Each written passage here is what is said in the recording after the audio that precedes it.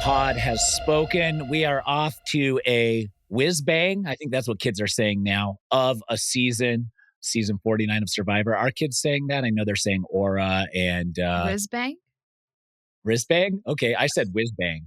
I do not know. I've never heard that, but I'm going to be like Jeff and just create my own slang, assuming that Club Condo takes off. Whiz bang's right there with it. So I am here with producer, co-host Ashleigh Smith. Ashleigh, thank you again for being here. Riley, the audience is growing tired of me harassing you for missing episodes. Yeah, those are my burner accounts. Oh, they are? Oh, no. Is it Torch Snuffer? Are you Torch Snuffer? Yeah, I'm Torch Snuffer. I'm whoever else. I don't know Leave if you Riley alone. I don't know if you saw the drama with Sophie with an I, not an E, this season. Her brother had a burner account that was fighting back to anyone who was critical of the season or Sophie in particular, and they caught her. Linked it straight to her. I think that was some Wait, did she have anything to do with it, or is it just her brother? She was co-signing on the tweets and the comments. And I think Drop Your Buffs podcast, our friends over at Drop Your Buffs did the deep dig to find out it was linked to Sophie. And she admitted it was her brother, her protective brother, who was fighting on her behalf. So that's fun. It's always fun to have some outside drama. Someone who is no stranger to drama. Oh, God. A Big Brother legend, champion of Big Brother, the challenge regular, and you can see him all over TV now. He was recently on Destination X on NBC and has hinted filming other things. So I'm assuming he's got some things in the pipeline for us. Met him through another friend recently in person and was pleasantly surprised at how personable and non-dramatic he was for me getting little glimpses of him on TV. Josh Martinez. Josh, how you doing? Good, man. I'm happy to be here. I like that intro. Did you? You can copy it and use it for whatever you want. The drama, huh? No, I'm excited to be here, dude. I've been a fan of yours, man. Like I was telling you before, I become such a big Survivor fan throughout the years. I think just being in the reality space, it's funny because I won't watch myself, but I'll watch every season of Survivor, and I've just become such a huge fan. And it's kind of what got me into the reality space, to be honest with you. So I'm excited to be here. I didn't know I was going to be such a fan of you in person either, dude. You surprised me as well. You know? Did I? No, extremely come on. likable and nice and down to earth. So I was really happy to meet you also. Yeah. You don't last long in this business without being those things for the most part. Or you either have to be absolutely horrible, like the most horrid person imaginable. Yeah. Or pretty chill and easy to work with. I agree. So, but I think we both decided that we're both personable and friendly. Riley, regardless of your opinion of either of us. I didn't say anything. I know, but I saw your face. How do you feel about me, huh, Riley? No. You guys are both great. Okay, there we go. Ashleigh? Yes. You guys are, everyone here is lovely. How about that? Yep. Like She's fulfilled her contractual duties. And let's get into the episode because there was a lot. There was a lot to unpack this episode. And I want to get into a couple hypotheticals that I thought of right off the bat. They teased in the buildup to, like, they showed the flashback, but they showed specifically them reading the clues to the idol, saying that if you move beaches, all the rules still apply. Did we dream for a world where both idols would be on the same beach and they would be hunting for them at the same time, clunking heads together as they searched? Like, that was a dream of mine. What would have happened, Josh? Would it have just been a scramble? I think it would have production plan for something like that? I think, that would have been made for way more chaotic TV. But I kind of like, I'm getting ahead of myself. But, no, get ahead of yourself. I kind of like just like, Rizzo still having, because I really thought, I was like, are they still going to take it to the other beach and stuff like that? So I had no idea. But Big fan of Rizzo, big fan of that tribe and that dynamic strong four that they got. With Savannah, right? Is it Savannah? Yes. Yeah. Savannah, the newscaster, that whole squad. So yeah, I'm kind of rooting for them. Yeah, that is the Uli, the old Uli. I'm still learning names, yeah, guys. it's the old Uli tribe with Rizzo, Jawan, Savannah, and Nate. Big so fan those of four. Yeah. Big fan of those four. Second hypothetical. What if both those guys would have played their shot in the darks? Is that a dream? And both of them hit it? Like, that would have been cool. They can't both hit. Why? Because the way they do it is they have 6 scrolls and you pull. So if you both play. Yeah. So one of them pulls from, you're sure on that rule? Batch. Yeah. Okay. I'm spotty on all the rules now. There's so many rules. Even when I go play Survivor, I don't even read the rules. I just play, and then they're like, you can't do that. I was like, yeah, I can. And they're like, no, it's against the rules. Like, oh, okay. No. Whatever. I didn't study for this. I'm just out here.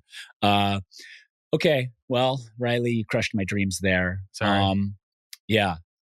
Let's go to the tribe swap. I mean, there's nothing really to talk about except for we're down to 2. Hold on. I have something to talk about here. Talk about it. They are sleeping in the sand with like their toes in the water, not like 12 hours after their tribe mate got evacuated because he was bitten by a snake that lives in the water. What are we doing here? I thought the same thing. I'm like, what is going on? Like, you guys just saw somebody get kicked off because of this, and I don't know. Okay. Yeah. Are you guys ready for a conspiracy theory? Please. Always. I've touched those snakes before. They're very docile and slow. They're not like fast. They also have very small mouths that are hard. Like, we were told out there that unless it gets you between like the fingers on the webbing, that most likely it can't even get its mouth on your person anywhere. I don't even know if he got bit. Maybe he got stung by something else. Maybe he got a poked foot and there was a snake nearby. We never saw it. Maybe. You think so? But also, I mean, he's having a child, and then he's like, it's a dry bite, and the doctor's like, you got to go home. There's no venom. Out. You're out. It's like that also. But a commenter on our YouTube channel did say, like, even with a dry bite, he needs to be monitored for a certain amount of time to make sure it's a dry bite with no venom. So that part makes sense. But the fact that Jeff was like, these snakes do not bite. They don't bite people. People from Fiji have never heard of anyone ever getting bitten by one of these snakes. Unless he like stomped on it and pushed his foot into its mouth. I'm not saying it didn't happen, but on camera, we didn't see a snake attached to his foot, and there was a camera there on him the whole time. So how come we didn't see him lift his foot up and a snake drop from it? I don't think he wanted out, though, because I feel like he was in a pretty good spot. Like, he had Sophie locked in. He had that whole bromance with... he's on the disaster losing tribe that's just like... I mean, yeah, they were shit. Don't get me wrong. But he had the numbers in his tribe. Sure, like, why would he want to... I mean, you had the control, so I don't see why. But you're actually right. He does have a kid. He did have a kid on the way, so... He had a kid on the way, and there are... Maybe you can attest to this, maybe not.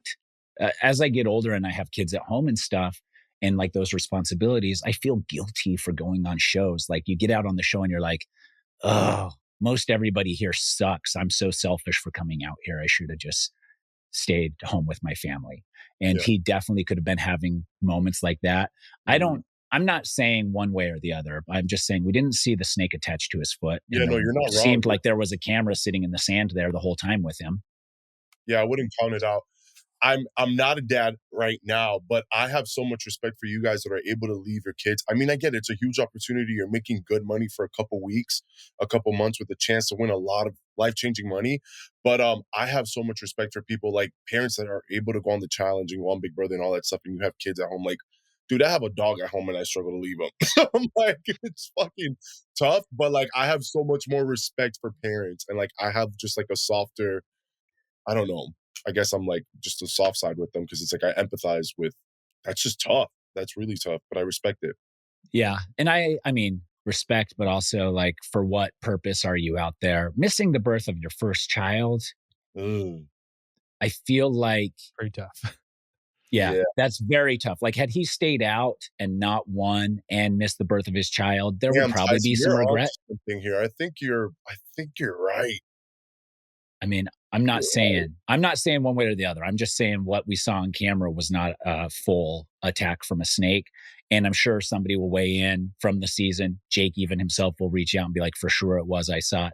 I'll believe it 100% if Jake comes and tells me that he got bit by a snake 100%. But could have poked, like, people get stung by stuff all the time. Or like, I got stung by a scorpion or a wasp. And you're like, it's actually a horsefly on your body. Like, so like that's mix up happen. Dude, I think that's the reason why I've always said I would never do Survivor, is because that right there. I'm like, I can starve, I can do all of that. A snake or even spiders? I'm a city boy. I don't know if I could do that. So like, there's lots of city boys out there. That is true, but I don't know. I have so much respect for Survivor players because I'm like, you guys really just adapt so quick to just, I'm like, and I have so many friends that have played before that I'm just like, it's so wild to me. Like how you're just able to like show up on an island, build a fort and like exist. I'm like, what the? Well, you saw that Keeley wasn't really existing that well. They were sleeping in the sand, but sleeping in the sand contours to your body so much better than the bamboo. So that's why you're sleeping in the sand. And against the water, they probably didn't realize the water was going to come up that high. And you're not getting bit by a snake. Like that's how non-threatening that snake is that they slept in the water the next night because they were so not concerned with getting bit by a snake. Even production letting them do that, it's kind of like, that was a little strange too. So Sophie lost her shoe, which I thought was hilarious. I love when people like lose their shit to the elements. They're just like, my shirt's gone. It blew away. I'm watching it blow away. Like, that's crazy. Sorry for your loss. It's like, hold on. Yeah, hold on to your stuff. So oh man, we go to the fake out challenge. We all knew it was a fake out. They all knew it was a fake out. There's no way that they thought they were doing a challenge, you think? I mean, Jeff probably convinced him until they were convinced, but it's a hard sell. They trust him. Uncle Jeff, Uncle Jay, they trust him. Uncle Jay. You were sold? You thought they were doing a 2 versus 2 versus 2? I was like, oh yeah, they're going to do 2v2. But I'm excited because I am a big fan of Sophie. I'm rooting for Sophie. She's a Miami girl. She's Cuban. Have you met her in person? I haven't. You know what's crazy, Tyson? I haven't met her, but we've messaged. And what's crazy is Sophie would message me back in like after my season of Big Brother asking for advice to like get on these shows. So it's like to see her be such a huge fan and then end up living out a dream. I'm like, how do you not root for her? So I'm all in on her, you know? Did you respond to her before she got on Survivor or not until she got on Survivor? And then you were like, oh, she's on Survivor. And then you saw those back messages. No, I think I did answer her. So, because that happens to me all the time. People get on Survivor and they'll message me and I'll see a backlog of years of messages. I'll be like, oh, they've been a fan for years. I definitely am cheap that I have not responded until now, but now you know who I am. I'm not hiding it. And I don't recognize the name before. And then you recognize it. You're like, oh, I know that person. Like Teeny like wished me happy birthday. She was on last season. She wished me happy birthday like 5 years ago and was like, happy birthday, Mr. Tyson. And I just like never saw it until recently. So we got the fake out, nothing happening. It is a tribe swap and everyone's bummed except for the 2 Keeley members. They are so relieved. How would that even work? A tribal council of 2? Can you like, Alex has to already played his idol. It's a mad dash for an idol. Like, would it just be fire making and one of them stays in? Have they ever whittled a tribe all the way down to 1? That's never happened. Yeah, they have. Yeah, they have tribe. Yeah, was that with what's her face? In Palau with Stephanie. Yeah, she was like, and did they do a fire making?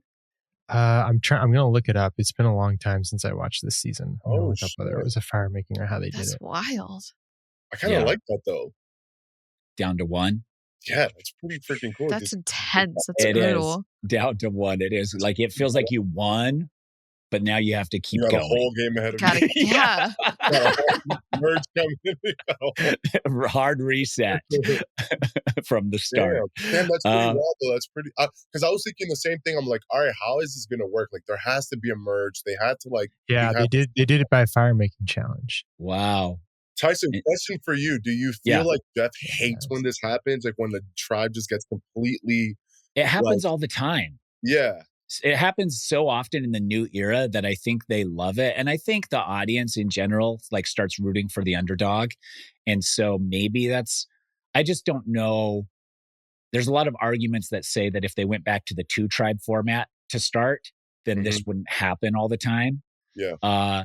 But I don't know. I would be fucking bummed to find myself out on Survivor and be on the disaster tribe. Like, it would be like, dang, I got this opportunity and now I'm on like one of the shittiest tribes in history.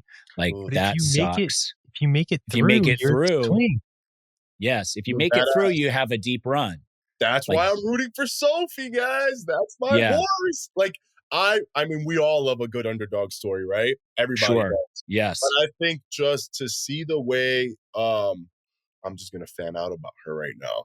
But she's a fan of the show here, so she's listening to everything, Josh. Oh, good. I didn't know that. So just the way that she integrated herself with her tribe and you know, the alphas of the group, then she merges now, and then I'm getting ahead of myself yet again, but then she merges and she's integrating herself so good within a tribe that has, you know, there's 4 people that just came from a tribe. So she's just playing the middle so good. I'm fascinated by her game. And she's kind of like this like soft-spoken, goofy, like you don't see her as a threat. Her voice is very non-threatening. Like you hear that voice and you're like, comes up soft and like you should be a host of a children's program on YouTube, Sophie. Like the new Miss Rachel. But yeah, she's so likable. So I'm a big fan of her game.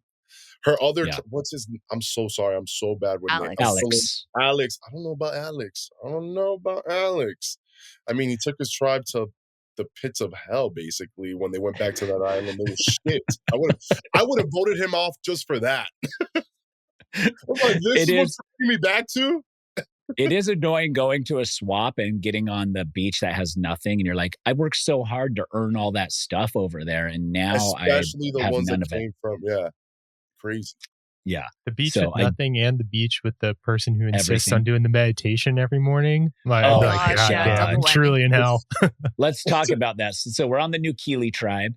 We have the majority in Hina with Steven, Christina, MC, and Sophie with an E.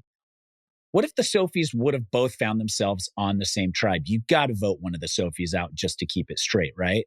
Confusing. It'll be like, way I'd be like, too it's confusing. too hard because I have to be like Sophie with an E, Sophie without an E. One of you has to go. I can't keep saying that. Sophie with an E is gone. So you're voting Sophie with an E out immediately. So we got the blue tribe, and then they have Alex, who takes them back to the disaster. And then we have Shannon and Sage. And that seems to be where the targets are, is the Sage versus Shannon. Yeah. You enjoyed the breath work leading stuff, Josh? Hell no. Not even when I'm filming. Listen, I don't mind it. I don't mind it like at home, obviously. And I get it. That's a part of her life. But even with that, like, I think the thing what I'm struggling with, the new age, the new era of Survivor, it's like everyone's so likable and namaste and so like, I don't even know where Jeff is finding these people. Like, and they're great people. They seem like all amazing human beings, but I'm like, I want the villains. I want the Sandras, the Tysons. I want these people that are like, I don't want to see a tribe. I'm a hero, Josh. And like meditating. No, I want to see you guys stab each other in the back, plotting against each other, scheming. Like, yeah. I'm here for $1 million in 20 days. I'm not here to meditate with you on this island. So I don't know. I'm not a fan of all of that, but I get it. Like, it's her thing. I guess it's her strategy. It's working. Is it working though? I don't. some people are buying it, some people aren't. I don't know. Yeah, I mean, Alex had his eyes open, and so did Steven during the breath work. And I would definitely also have my eyes open because I would want the world to know that I'm not into it. So I would be like, my eyes are the widest open during this breath work because I do not care to be. I want you all at home to know that I am not conforming to the breath work.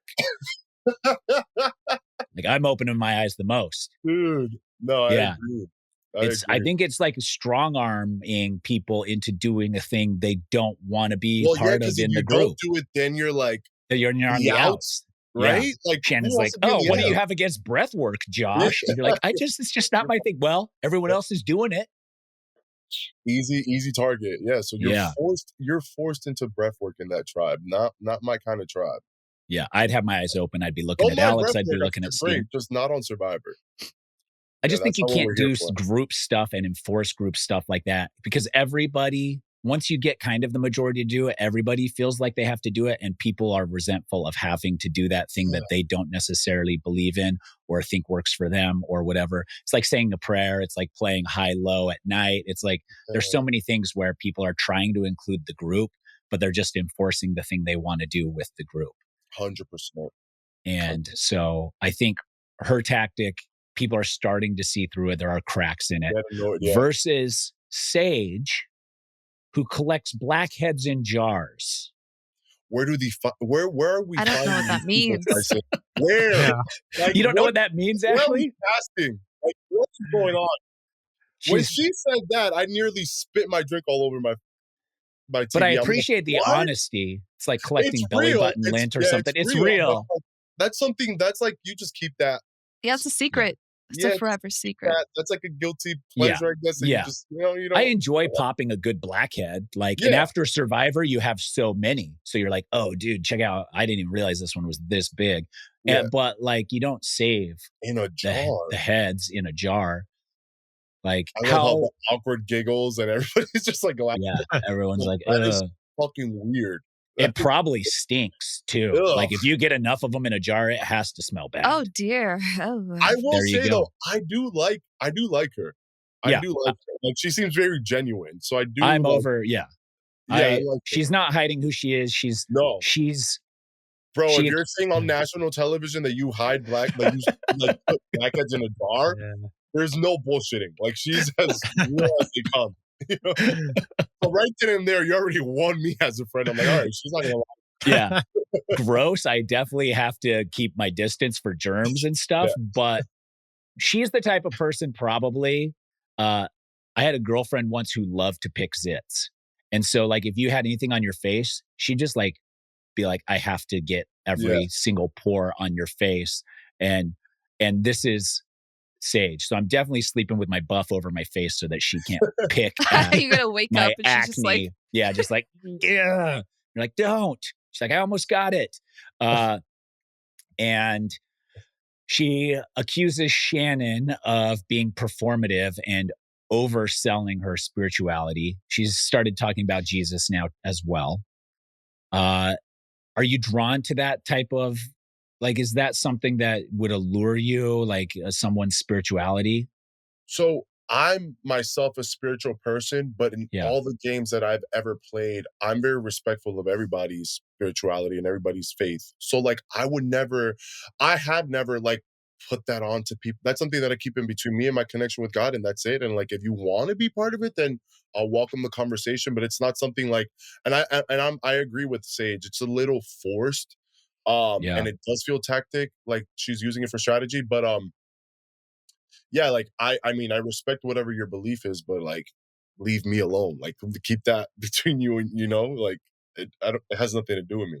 Yeah. You know? And we've seen religion be weaponized on Survivor before. And so it's also, for me, it's like kind of a red flag of being like, are you leaning into weaponizing this? What is your like end goal with sharing and connecting over this with people? New Hina tribe. We have Rizzo, Jawan, Savannah, and Nate from Uli.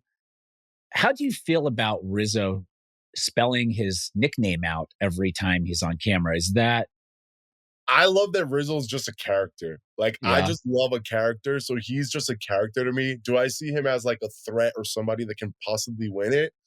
I don't know, but I can't see him winning the game. But he is extremely likable. I mean, he has that strong core 4, right? So he's in a really good spot. He's in a really good spot in the game. But yeah, Rizzo, I like that he's like the comic relief or just like a funny character on the show.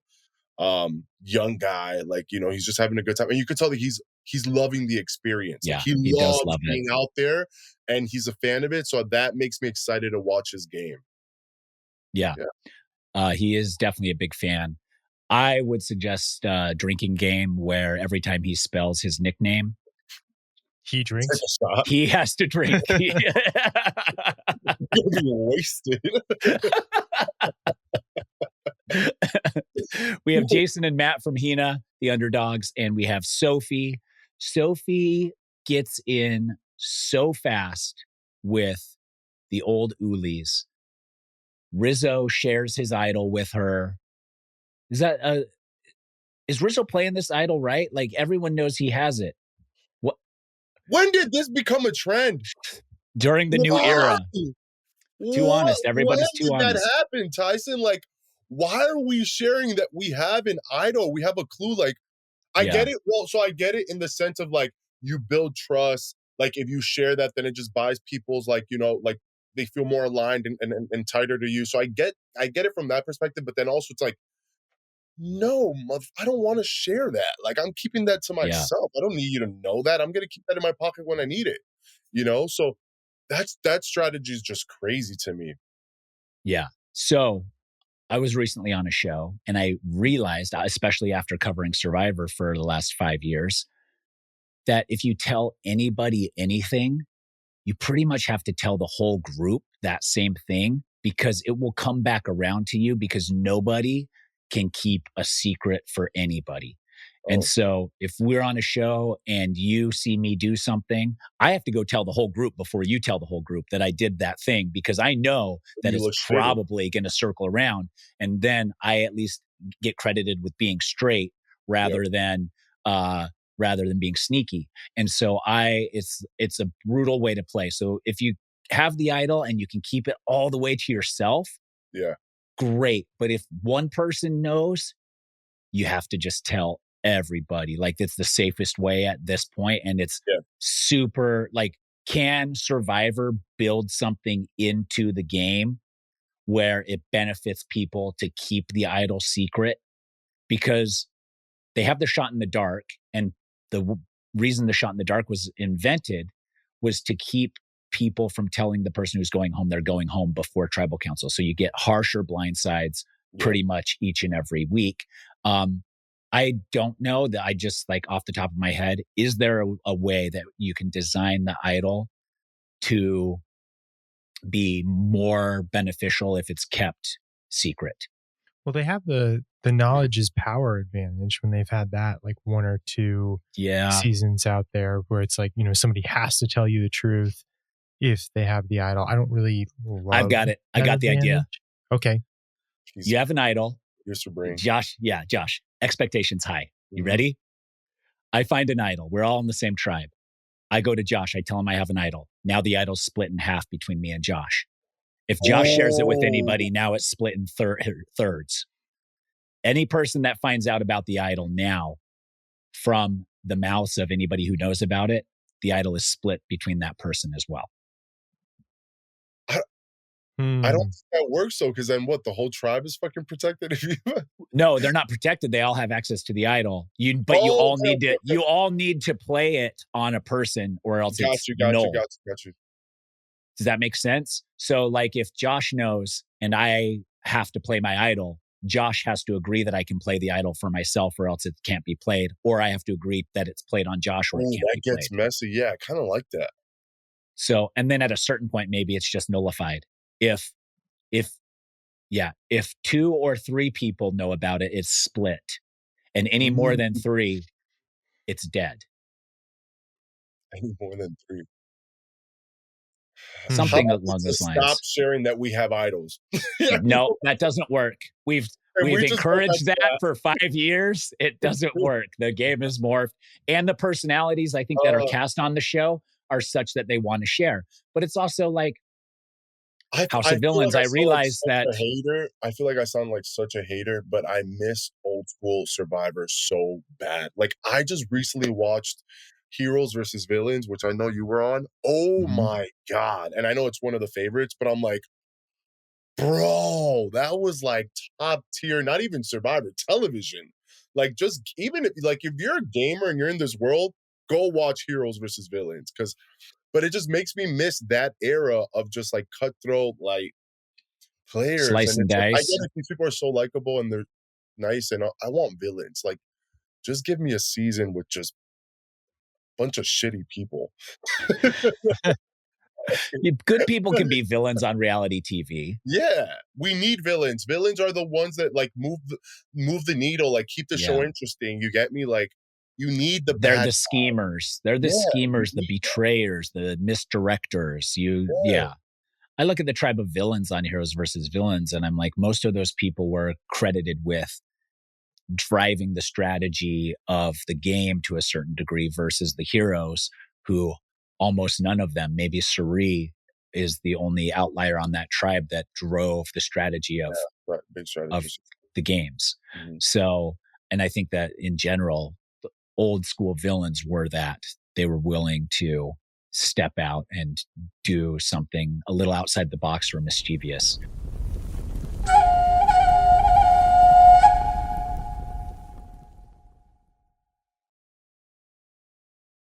Sophie, we talked about Sophie on her tribe, worked her way in immediately. Dude. That's something, it goes to show just the type of gamer that she is, right? Like, the fact that you're able to win people's trust that quick, like, they must not see you as a threat, one. Like, they're really not threatened by you, but also the way that she just made herself. I like how she said in her interview, she was like, I need these people to just think they need me as a number, or who wants to pick me up and use me as a number. And that's exactly how you want to think in this game. Like, you want to be accessible, they need to see you as a benefit or somebody that they can use or whatever. So just like the way she integrates herself so quickly, it's just, I love that. I love that aspect of her game, you know? Well, and to her credit also, like, you have to convince those people that you are going to be loyal to them if they pick you up, which was the test for Matt and Jason. And both of them failed miserably at it. What did Matt do wrong? Riley, what did Matt do wrong? What did he do right? We got like nothing to say. Just immediately playing too hard and too chaotic. Yes. He didn't understand where the lines were at all with relationships. So he just went to everybody pitching ideas. But it's like, if Ashleigh and Josh are the tightest duo in the game, and I go to Josh and throw Ashleigh under the bus, she's immediately going to know, and I'm immediately on the outs. And I think Matt did not consider who was working with who before throwing names out. Yeah. Yep. What a bad pulse and just read of the game in general. Like, it was even like watching Matt, like, likable dude, but you could see like he was just in the outs from the very start, right? Yeah. Like, you never saw him like really like connect with anyone or like open up, kind of. Right. So I was already like, oh, this guy's gonna be gone pretty quick. But even just like his gameplay was so messy. It was not it. Yeah. Do you think the old Hina tribe on the other side, once he left, do you think they're going to be bummed? Or do you think that they now are going to recognize that this is the war for sure? Or are they like, because MC kind of already wanted to get rid of Matt. She didn't trust him, and people were kind of already like not fully in on Matt. So if you were on the other side, but were formally with Matt, how would you feel about this? I mean, I wouldn't mind. I would be happy about it. You get what I'm saying? Like, there wasn't really, unless I had like a strong relationship with him, then I would feel affected. But I think at that point, like, Matt really didn't have very, very strong ties with. Right. Maybe Steven was his closest, maybe. But losing him is not a big hit, I feel like, to anyone, to be fair, Yeah. And I kind of feel like a player like that that's just running around and like spreading shit, or just you don't need people like that in your corner. So If I was in, I would have been happy with the outcome. Yeah. And Savannah kind of spoke to it where she was like, we have Jason, who's just like unwavering loyalty to the old Hina. Like he's just like, I'm with them, and if we get there, I'll help you with them. And I felt like Jason was like even worse than Matt. At least Matt was trying to find a crack. Yeah. Even if it was clumsily. Jason was just like, by the way, I'm not with you. Yeah. My winner pick, by the way, Jason from the oh no. We pick from the beginning of the season and then we just ride or die with whoever we chose. All right, so Jason has been my winner pick since day one.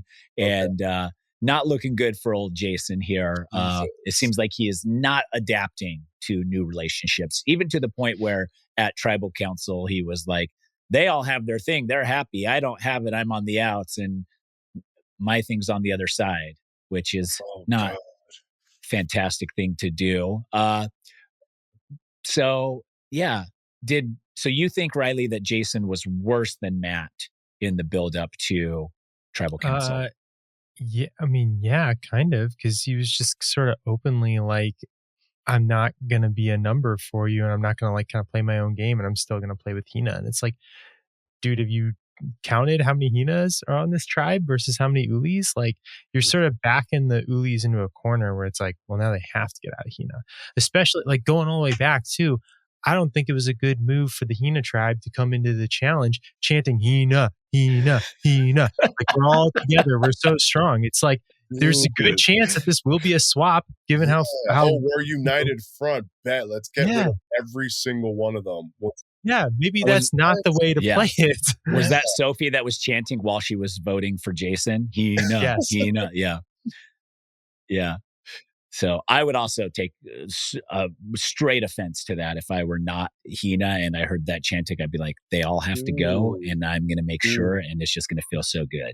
If you actually are a really strong group, you got to play it like you're not a strong group, right? You got to be like, we're not really connected. There's lots of whatever, and do it the other way. And then actually, if you're kind of like weak and there are fractures, you almost have to do the opposite and play it like you're a strong group to prevent people from finding those fractures. That's a great theory, Riley. But if you're not all on the same page, how do you all get on the same page to tell everyone you're all on the same page? Well, I mean, if you're like if it's just in like the minority, two of you kind of, actually, I don't know. I'd probably play it like there's fractures either way. Now that I'm thinking it through. Yeah, you have to play like it's fractures either way, and then you get to choose whether to stick with them or betray them. Yeah, you go into the swap and you're like, well, hey, we're all going to play our own games now, right? I'm really excited to open up the game and not be Hina and Uli anymore. Thank God I'm not with them anymore, because now I can finally meet people I like. I think that's how you play it, though. I think that's how you play it, but then you gauge, the relationships and you go from there. But Tyson, I mean, that's why you won, buddy. You know what you're on doing. Blood versus Water, the season I did win, I made it a point every time we swapped to say my relationships on whatever I came from are dead, because moving forward, they don't matter because I don't know what the future holds. So these are the relationships I'm investing in. Smart play. And I think but were they actually dead? No, but in the moment, yes. In the moment, they for sure were. Like, I sell myself on it. It's like if I went on Traders, I would convince myself no matter what. You would I have to believe this. Yes. Yeah. I'm convincing myself so that everyone else believes it. Whether or not it comes back together, great. I can open my mind at that point. But in this moment right now, I just have to focus on building this. And this is my number one, because I don't know what the conversations on the other side are. Like, are they like, Tyson sucks? Like, we hope he gets voted. Like, who knows what they have to say for themselves? I'm saying what I have to say for myself in the group that I'm with. And I think that Jason was very bad at doing that. And all he had to do was say, I'm on the bottom. I don't know what they're going to do on the other side, and I don't care. I'm here with you guys now. Let's figure it out. But instead he said, I'm just waiting for the merge to get back to those guys. It's like he wanted to go home. It's like you're just asking for a one-way ticket back home. Like, what? Yeah. Oh my God. Yeah, that was awful. We like to sprinkle some compliments in with our criticisms. So Jason, your hair's fucking badass, dude. So thick and just like perfectly shaped. So, yeah, Jason wins best hair of the episode. Yeah. That's fair. At least he's got that going for him, dude. Yeah, and that's something like if I were on this season, I was listening to this podcast and somebody said I had the best hair, I'd definitely be like, yes, that's right. People recognize, yes, I do. Immunity challenge and fruit reward. You pumped on the fruit? Sophie's not. Sophie with an E. She is not excited. That's what she eats for diet food. I like that she was real. Like, yeah, but that's still huge. I mean, I've never been on Survivor, but still, that's huge, dude. It is huge, but you recognize. Yeah, I'm like, hell yeah. As a returning player, fruit is good for a day.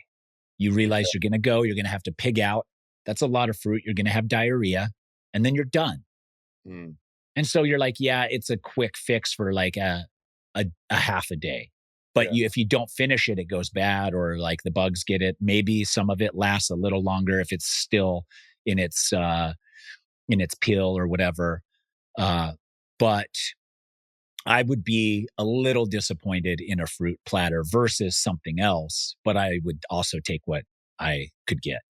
So I thought Sophie was pretty real. Just pick whatever they get me. Like, in 6 days, whatever you give me, I'm gonna freaking eat it. I'm gonna chow down. So, but yeah, you're the veteran here, so you know.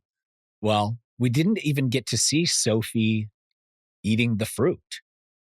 I know. I was bummed about this. Yeah. Show her eating the fruit. Why? Like, they build us up. I was like stoked. I was like, yes, they won. Now let's see Sophie either pretend to love the fruit now or like be like, fruit. I feel like the rest of her tribe should have been like, well, Sophie, I know you don't want any, so we'll just divide it 5 ways or 6 ways. You get half a cut because you don't like it very much.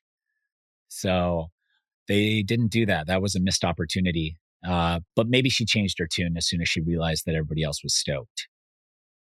I don't know. Why didn't they show her eating the fruit? Are they going to show it next episode? They must mention it. They have to mention it for them to do that. Yeah. I was bummed. So we get to this challenge, and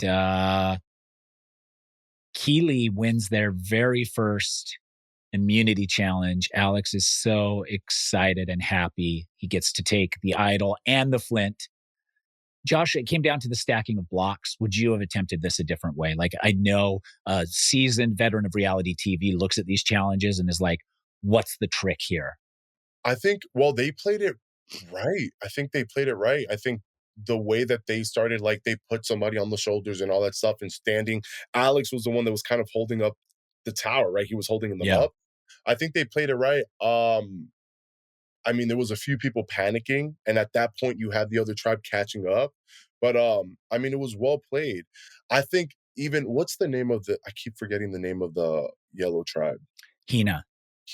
Like, what I didn't like, it's like as they're getting closer, they kind of just gave up at the end. Like, there's still a fight. You don't know if that's gonna, if it's gonna fall over. Anything can happen to the last second. So just them kind of giving up, I didn't like that. But I'm excited for Alex. He needed this. Like, the guy just had a bad run, So like this gave him a little bit of hope, a little bit of fire.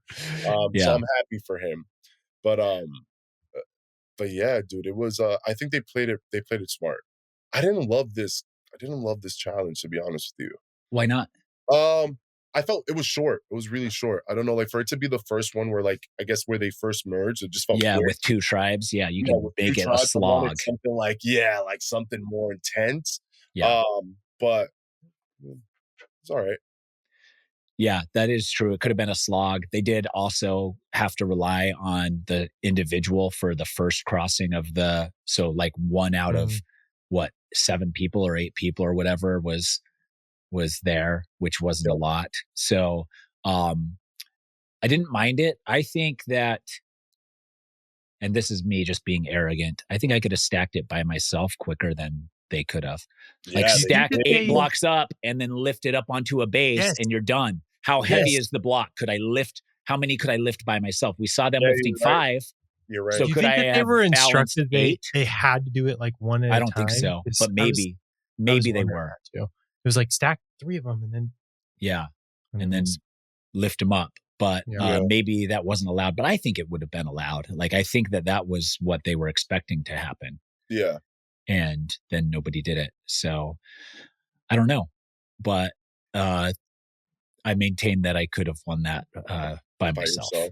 Except for carrying the board across the balance beam where you need someone on the other side done with it.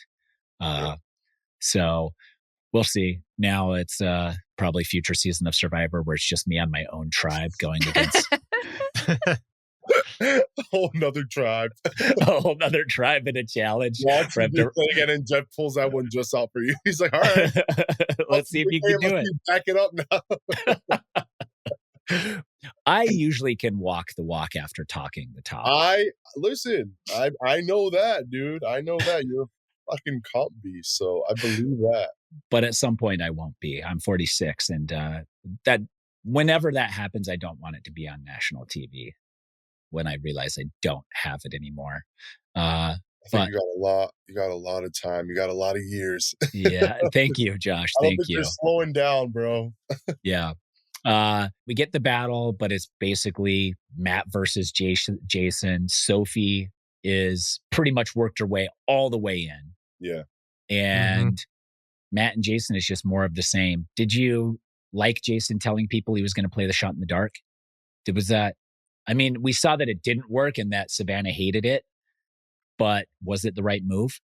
No, it's not. It was just so sloppy. It's such rookie gameplay to me. That's how, and I mean, obviously they're all rookies to the game. They're all new to this, but it's just like, God damn, do your homework, bro. There's $1 million on the line. Like, holy shit. Do a little bit of studying before you go in there. Just keep some things to yourself, Yeah. Just very poorly played. But I mean, well, he survived, so I guess, right? Yeah, now he's even more on the bottom, which probably will play to his benefit, maybe. Oh. I think that if he's in the outs, bro. He's next. He's on the outs, but that former Uli, the former Uli that's with him, they might, if they get the majority, might feel like they have to start eating themselves a little bit if they feel threatened. Could it be Jawan? Could he be next? I mean, at some point, you have to recognize, like Savannah said, Jawan's on the bottom there. Jawan also agreed that he probably is on the bottom. And so it's like, does Jawan recognize, and can he do anything to combat it? Can he pull Jason and Sophie? Can he pull someone? He might not be able to. I don't think Jawan does recognize it because it was, I mean, he laughed about it. Yeah, Matt gave him a plan clumsily, and then Jawan immediately went and spilled the beans to everyone else and was like, obviously we're getting out of Hina. Yeah. We also get Jason saying he wants to be in the shadows like a rattlesnake or a crab in a hole. I had to rewind that because I was like, a rattlesnake's not in the shadows. They're like rattling in your face, like. So I was like, that doesn't make sense. But crab in the hole makes sense, where you're just waiting for someone to stick their head in and then chomp them. So not a good analogy, Jason. Just another L for my winner pick on the season. Poor Jason. We love him. Best hair of the episode. Best episode. Best episode. Best hair. Best hair of the episode. Yeah. And we go to tribal council.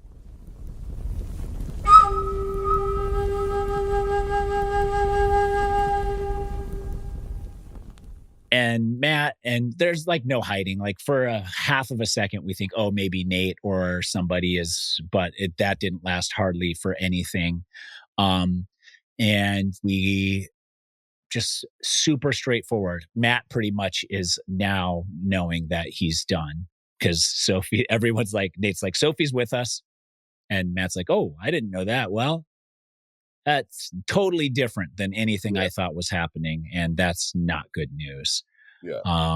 And so, that's more props to Sophie's game.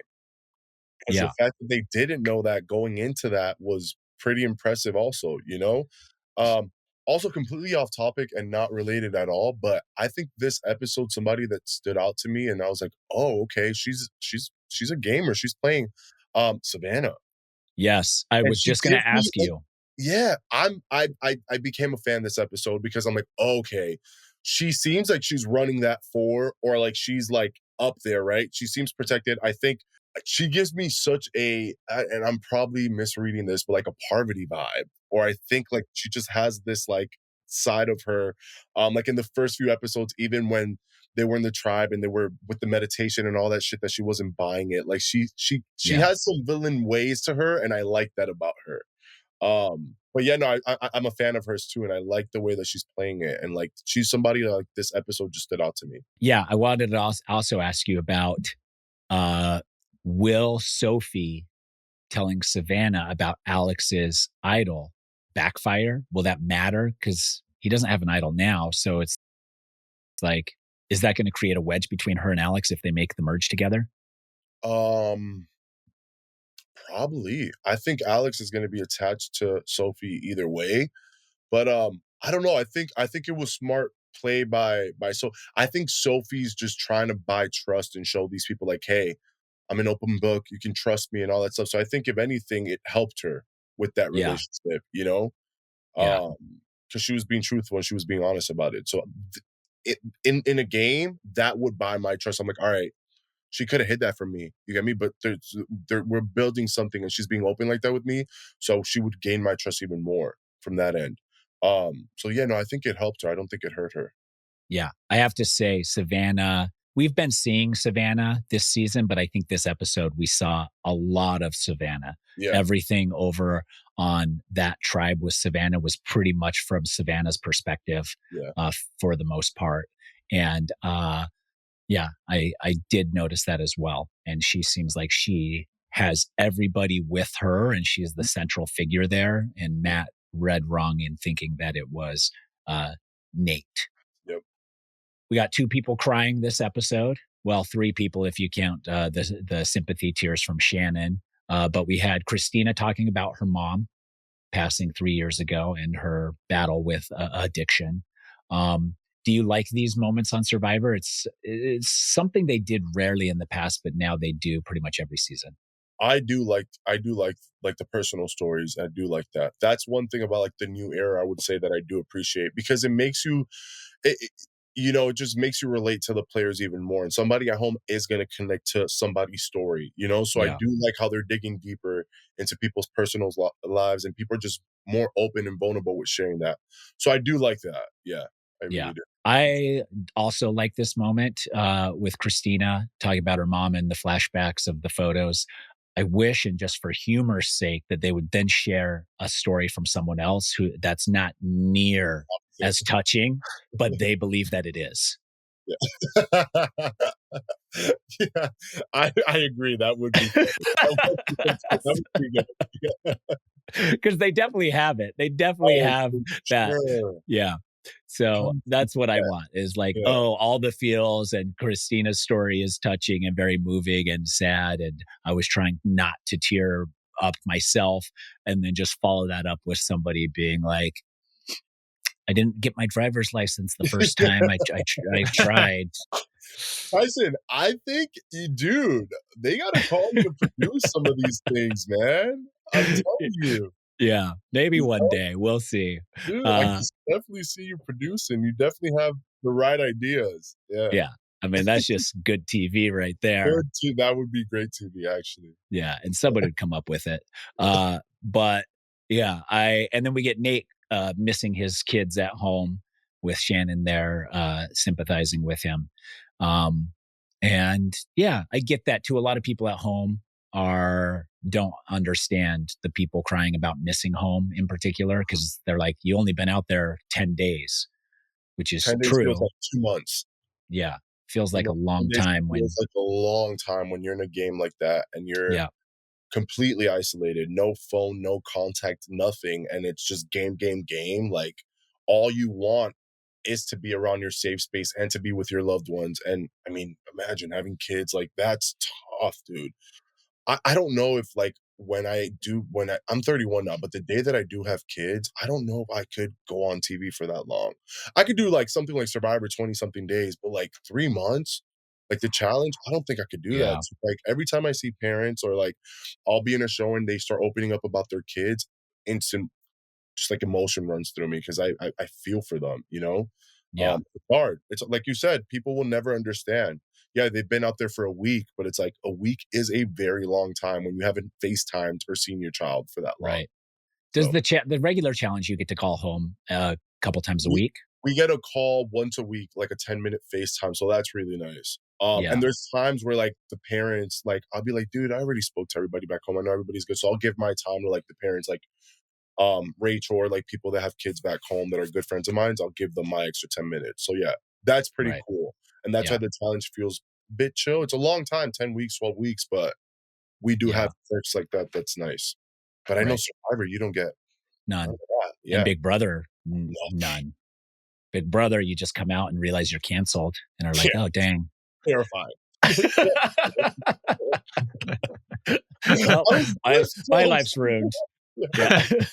No, Big Brother's insane, bro. Now I'm like talking to like the people that just got out of the house and I'm like kind of helping them through it, but it's just such a wild, scary, like show to just get out of there. You're secluded for 3.5, almost 4 months, and then you're thrown into like the world judging you, destroying you, canceling you.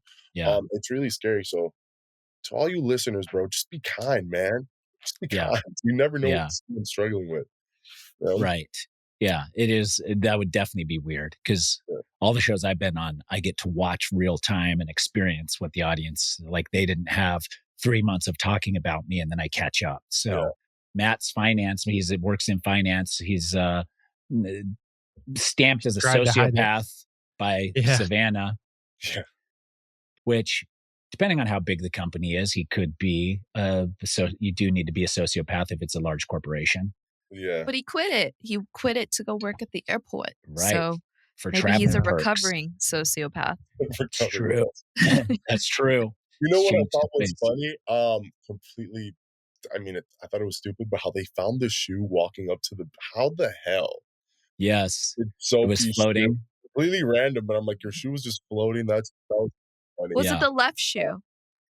Was it the left or right shoe? Because is this like the ghost of Jake? Still stealing shoes. Yeah. Yes. Mm-hmm. Oh, I didn't even notice that, Ashleigh. Such a great point. Jake is still there. He never left. He's still there. That's why. And so now Sophie's looking at Alex like he's the shoe thief.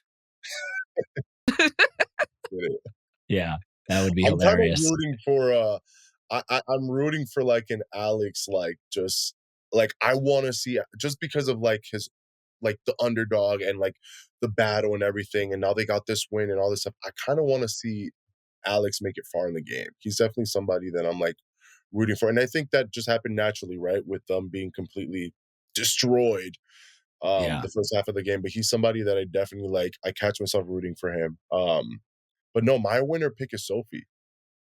Okay, let's move into it. Yeah, that's my dark horse. I'm rooting for her. I mean, she's playing a great game. I think she's playing one of the best games out there.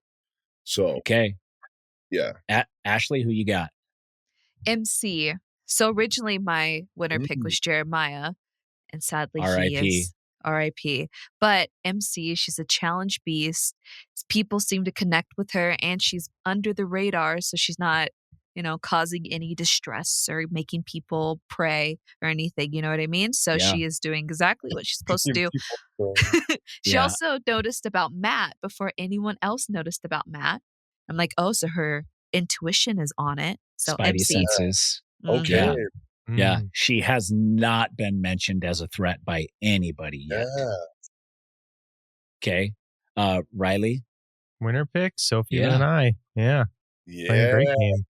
Exactly the position you want to be in. She's the swing vote going in and immediately makes a bunch of friends.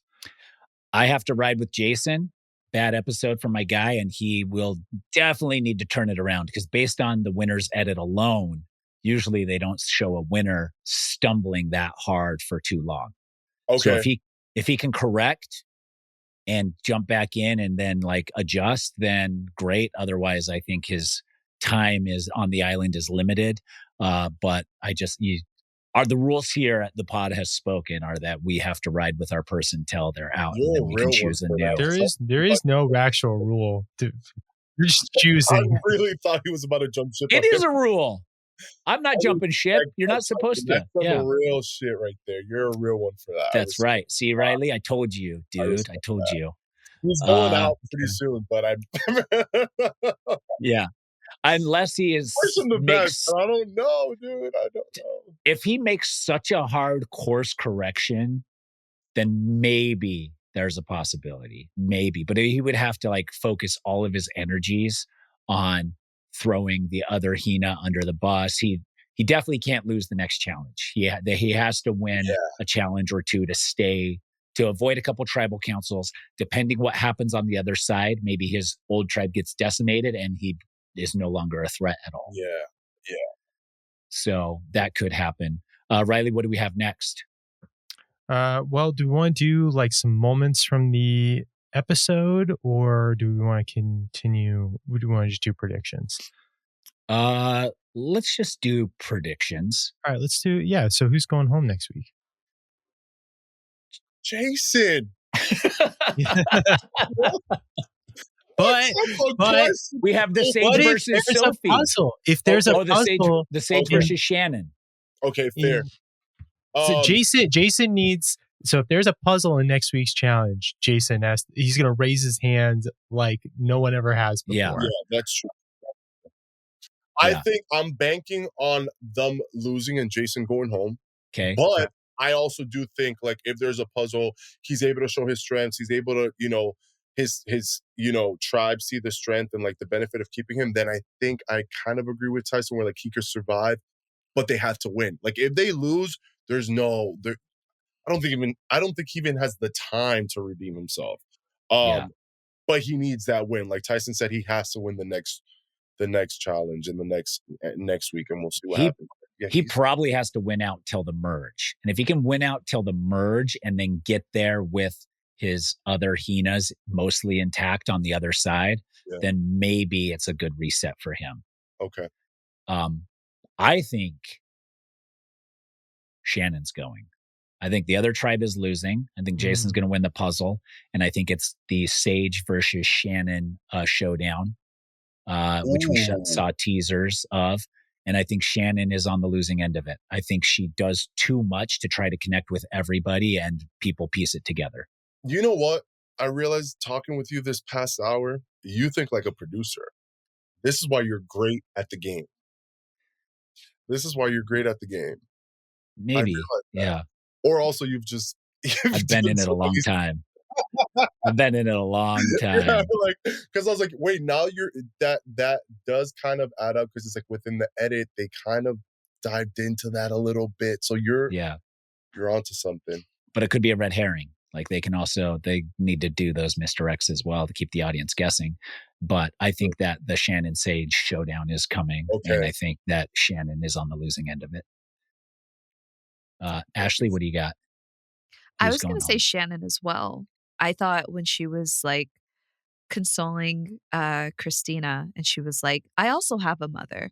And I was like, well, that's not enough to connect with this woman. And then when Nate was like, oh, I miss my children. She's like, oh, I could see that. Like, it wasn't like, it didn't feel like enough in a connection. And I'm like, if they lose the next challenge, and they will if Jason is on the puzzles, right? So if they lose the next challenge and she tries to like overcompensate and like trying to really connect with people, and I think people are going to start seeing through it, especially if you have someone like Sage who is like, I collect blackheads in a jar. Like that's the most honest thing a woman could say to anybody in this lifetime. So if you have to choose between the both of them, you'd probably get rid of Shannon because you're like, Shannon she's very spiritual.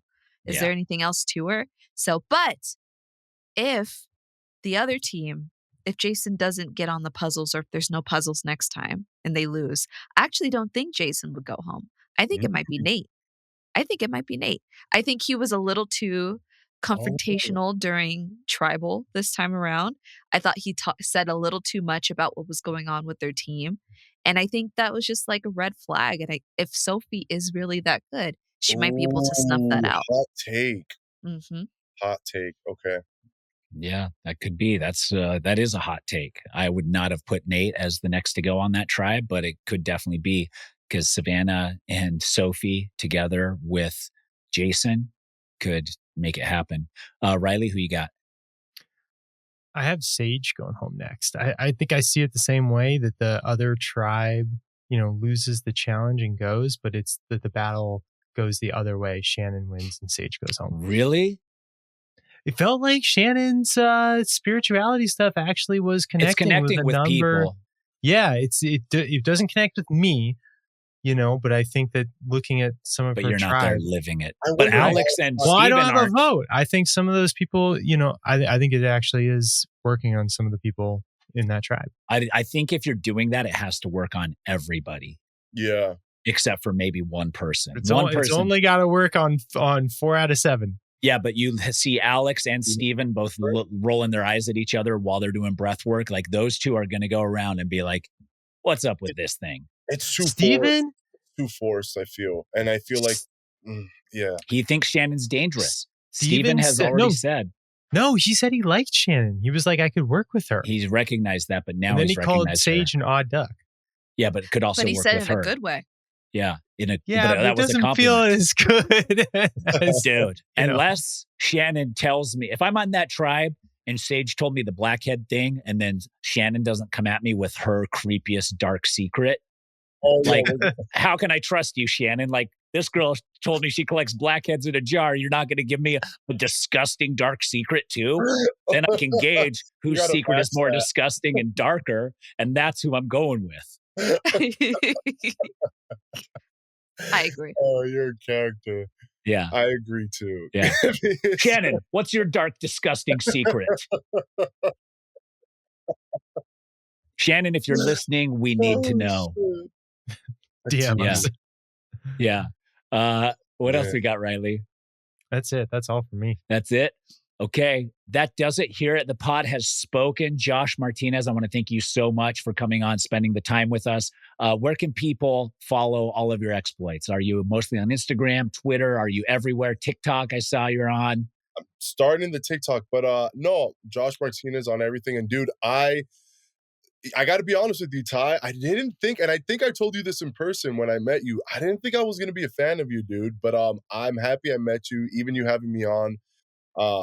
And just like, you're a really good dude, man. So I'm excited. And like I said, I'm a big fan of Survivor. So this is like, I'm like geeking out right now. Even like talking with you guys, I'm like, this is so fucking cool. So thanks for having me on. Yeah, we love to hear it, and we love to have you. Anybody who's a fan of me is welcome on the podcast anytime. I run the show here like Jeff Probst runs Survivor.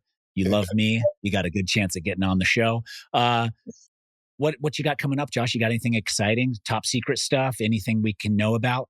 Top secret stuff. Coming up?